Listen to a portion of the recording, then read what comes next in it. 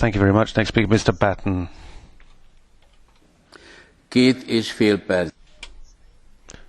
2.5 minutes. The Czech Republic, Bulgaria and Romania are threatening the EU-Canada trade agreement unless Canada lifts its visa requirement for visitors from those three countries.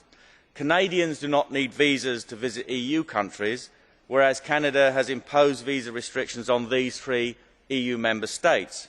This is because of a previous influx of people from those countries who outstayed their welcome.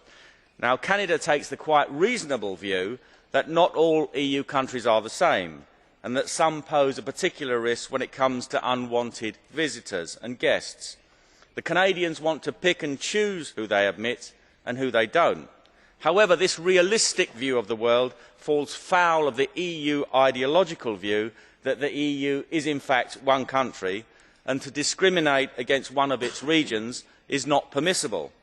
The Canadian government already has a very generous system of allowing visa-free entry to 24 EU member states.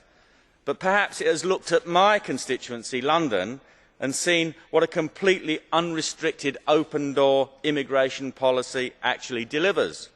They won't get the visitors and migrants they want, the decent, hard-working and law-abiding. They also get the down-and-outs, the deadbeats and the criminals. In Marble Arch, the very centre of London, we now have migrants living on the street, with all the unpleasant social and sanitary consequences of that, which I will leave to your imagination. This is what indiscriminate, visa-free travel can deliver.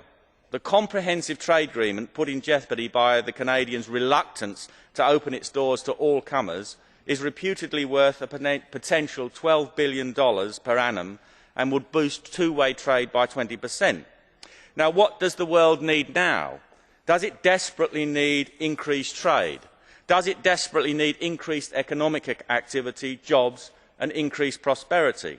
I think we would all agree that it does. Does it desperately need more, even more, uncontrolled and unlimited migration? Most rational people would think that it doesn't. Let the Canadians choose who they want to let into their country and on what terms. Let Canada and Europe get on with increasing the trade between them that can help us all out of the dire economic situation that we find ourselves in.